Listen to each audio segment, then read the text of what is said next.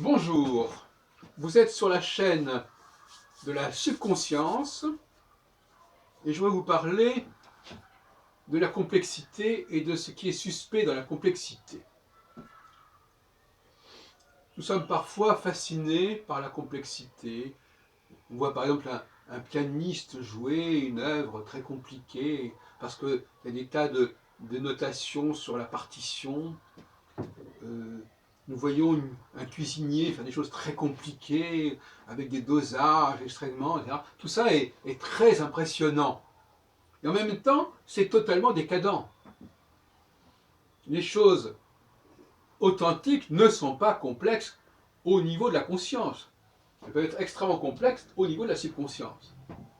Et inversement, les choses qui sont douteuses sont souvent très frustres au niveau de la subconscience et extrêmement complexes au niveau de la conscience. Toute la question est là. Et on voit bien que certaines personnes ont une culture de la complexité, ont un tropisme vers la complexité, et ont une espèce de méfiance à l'égard de ce qui est simple.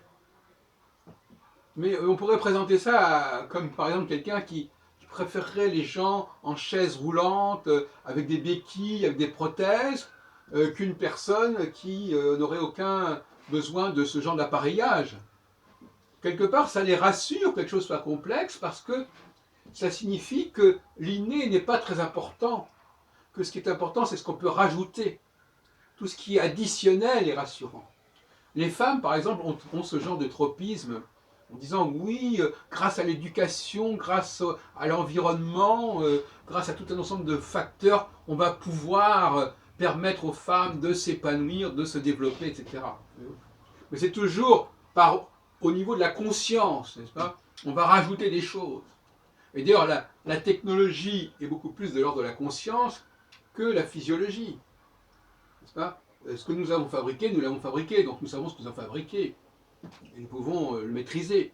Par contre, ce qui se passe dans la subconscience, c'est quelque chose de très peu maîtrisable. Très peu maîtrisable.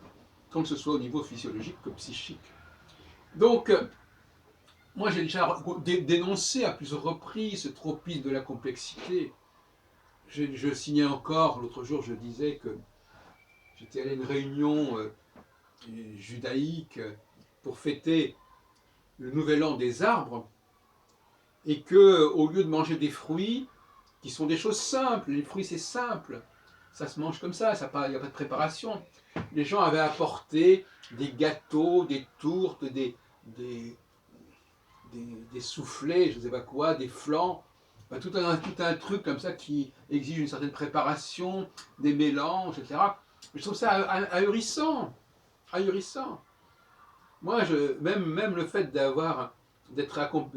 que quelqu'un parle en lisant un texte ou joue un morceau en lisant une partition, je trouve ça extrêmement suspect.